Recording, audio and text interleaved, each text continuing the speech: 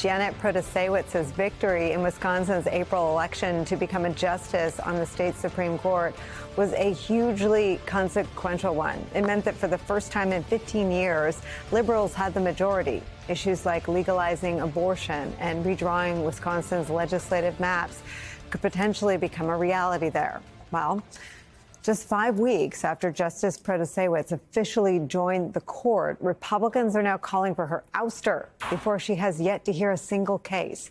To understand why, we'll go back to her campaign for a moment, where she was very vocal about her standings on the issues, especially abortion rights and the state's Republican-drawn legislative map, which she called rigged.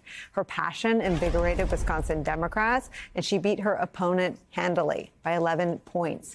Now Republicans in the state are trying to undo the will of the people and are raising the specter of impeaching her. The New York Times reports this, quote, for Republicans, a liberal Supreme Court majority serves as an existential danger. If the court, as expected, invalidates Wisconsin's legislative maps, it would strip Republicans of what now amounts to permanent majorities in the legislature. But removing a newly elected justice could prompt a backlash in 2024 from Democrats and moderate Republican voters who abandoned the GOP during the Trump years. Threatening to impeach an elected official they don't agree with is just another in a series of nationwide anti-democratic moves taken by Republicans recently. Yesterday, we told you about the federal court that rejected a congressional map drawn by Alabama's Republican-led legislature. The court ruled that the redrawn map still violated the Voting Rights Act. Still, because this was their second attempt. The state is not giving up yet. It's now appealing that ruling to the U.S. Supreme Court. In Georgia, where the Republican Party's national leader was indicted on racketeering charges, Republicans in that state are trying to get rid of District Attorney Fani Willis. These efforts strike at the heart of our democracy. They go against the principles we heard Justice Protasewicz reiterate after she won. Here's a little more from her victory speech. Today's results mean two very important and special things. Yes. First, it means that Wisconsin voters have made their voices heard. Yes. Yes. They've chosen to reject partisan extremism in this state. And second, it means our democracy will always prevail. That's where we start this really important conversation with some of our most favorite friends. Editor-at-large for The Bulwark and MSNBC contributor Charlie Sykes is here with us at the table. New York Times editorial board member and MSNBC contributor Mara Gay is back. Also with us at the table, for the first time in a long time, MSNBC national affairs analyst, the host of the Hell and High Water podcast, John Heilemann is back, and staff writer at The Atlantic, Franklin Foer is here. Hopefully you'll come back after today. He's the author of a brand new book, The Last Politician, Inside Joe Biden's White House and the Struggle for America's Future. We'll talk about the book in a moment, but I want to start with you, Charlie Sykes, and what's going on in Wisconsin. We have to, I think, guard against the temptation to say, oh, it's not surprising, shocking but not surprising when Republicans resort to anti-democratic measures, because it should be shocking. It would be covered if another country were doing it. It would end up on the U.S. State Department's watch list, where they track how a country or a democracy is doing in terms of democratic or anti-democratic practices. And we should be just as shocked, and we should track it just as meticulously when it happens in one of our own states. No, that's absolutely true. There's absolutely nothing not shocking about all of this, and I've watched this very closely. I know many of the players involved here, and what they are proposing to do, Republicans, and there's tremendous momentum behind it. It seems to become now a litmus test, is to have this vote to really wipe out the votes of more than 1 million Wisconsinites. I mean, Janet Protasewicz won the election by really an astonishing 11 points in a very evenly divided state. She won by more than 200,000 votes. She has not ruled on a case. But under Wisconsin Constitution, all it takes is a majority vote in the state assembly, which is dominated by Republicans, to impeach her. Now, if she is tried by the Senate and removed or acquitted, if she's acquitted, she gets to stay. If she's removed, the Democratic governor of Wisconsin, Tony Evers, can appoint her successor the next day. There's no Senate confirmation. But here's the wrinkle. Republicans in Wisconsin have no intention of having a trial.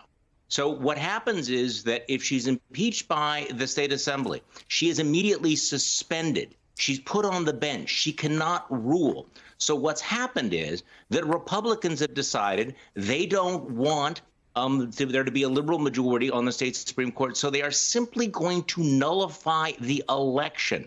And there's no recourse. So it is breathtaking. And I say this as somebody that has watched, the extreme partisanship, the tribalization of Wisconsin, the overreach, the way they changed laws after Scott Walker was defeated. But this is really something. And what you are seeing now is an increased willingness on Republicans at the national and the state level to say, okay, if we don't like what's happening in the courts, we will use our legislative majorities or our congressional majorities to obstruct justice and perhaps even dismantle the courts themselves. So this is going to be a very big deal. There's going to be a tremendous backlash, and it's hard to overstate the implications for Wisconsin politics going into 2024. Well, what you're describing, though, Charlie, is the legislature is what's in peril, right? She would have the power to invalidate the state Supreme Court would re-examine the rigging that she describes in the election. So it is for them, the same way Trump's re-election is for him existential, the difference between being behind bars or not. It is for the Republican majorities in the Wisconsin legislature existential for them. That's the way they think of it. Now, the fact is they would probably still control the legislature. They would probably still get majorities, but they wouldn't be the super majorities. But the collateral damage here is considerable. It also means that after the voters have overwhelmingly elected a pro-choice justice, they're going to wipe her off the bench. So this means that not just redistricting, but also issues like abortion are going to be front and center in this fight that's going to take place very, very shortly. And by the way, I don't think they have the votes in the state Senate to actually remove her, which then leads to this gambit of just simply allowing her to sit in limbo, to go from a 7-member court to a 6-member court that will be split 3-3 liberal and conservative.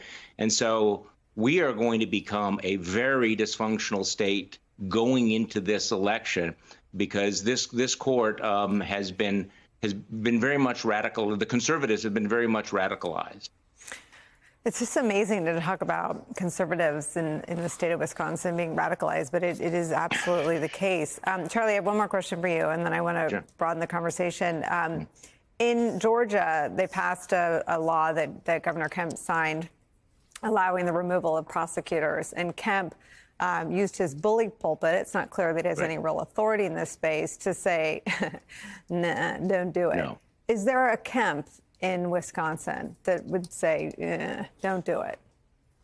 Well, I have to tell you that there was a tremendous effort over the weekend to find prominent Republicans who would stand against this. And based on the reporting I'm seeing, including in the New York Times, they're unable to find any prominent Republican, in contrast to Brian Kemp, who took a principled stand against this attempt to obstruct justice in Georgia.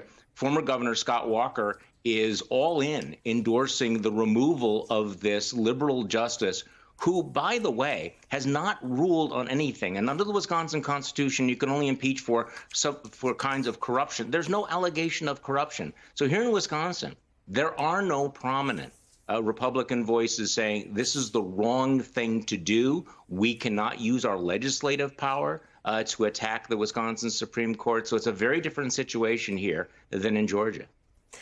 John Heilemann, I used to turn and say, how did we get here? Like, we know how we got here, right? I mean, Republicans who saw the slide in their own party toward authoritarian practices and tools and methods said and did nothing. That's how we got here. What it says, though, that there isn't anyone in Wisconsin to stand up and do what Kemp just did in Georgia is chilling. And the same kind of person that wouldn't be offended by removing a duly elected Supreme Court justice seems like the same kind of person that wouldn't be offended by other assaults on democracy. It's a window into where we are, at least in Wisconsin. Well, and everywhere. I mean, my father was from Wisconsin. We grew up in Wisconsin, and my father, Charlie Sykes, would have been the kind of, like, my dad was a liberal Republican and kind of conservative, mainstream Republican who eventually ended up voting for Bill Clinton for the first time. He voted for a Democrat in his life. And Charlie and he would have seen eye to eye. And I remember in the 2016 primary, going out there and, Donald Trump lost the primary in 2016 in Wisconsin, but he lost it to Ted Cruz. And the idea that those were the two dominant figures, you had three people running in 2016. Ted Cruz wins the primary, Trump loses it by 12 points. And then there's John Kasich, who was the kind of governor that Charlie, kind of Republican that Charlie liked, and my dad would have liked. And the fact that Wisconsin, which had been a place for progressive republicanism for generations, you looked up in 2016 and said, well, what's going on here? Well, first of all, what had gone on there before Donald Trump, before any of the stuff we're talking about, you had Scott Walker. And it's a good reminder to people about what the Republican Party now is that we focus intensely on Trump for good reason. He's been a catalyst and an accelerant and throwing the match on the burning gasoline and turning the whole thing into a kind of flaming dumpster fire. But the truth is, most of the trends that Trump capitalized were unfolding in the Republican Party before he came on the scene. It's what enabled him. He didn't create this problem. He capitalized on it. And when he goes, when he is no longer with us on the national scene, whether he's in jail or not in jail, whether he's just out of politics, whether he's just a retiree finally, down in golfing in New Jersey and Florida for regular. These problems in the Republican Party that came before him, they're going to be around after him. The guardrails of democracy are called guardrails for a reason. When you go through them, you don't just kind of go off on the shoulder of the road. You go off the cliff. There's a kind of accelerating quality to it that once you're you become unrestrained, unmoored, unconnected to these democratic traditions, things go spiral fast out of control. And if you see this happening in Wisconsin, it is happening in other forms almost everywhere. And it can happen anywhere. And that's the direction when the velocity of the party now is in that direction. And Wisconsin is a leading indicator of just how bad it can get, even if Donald Trump disappeared tomorrow in today's Republican Party.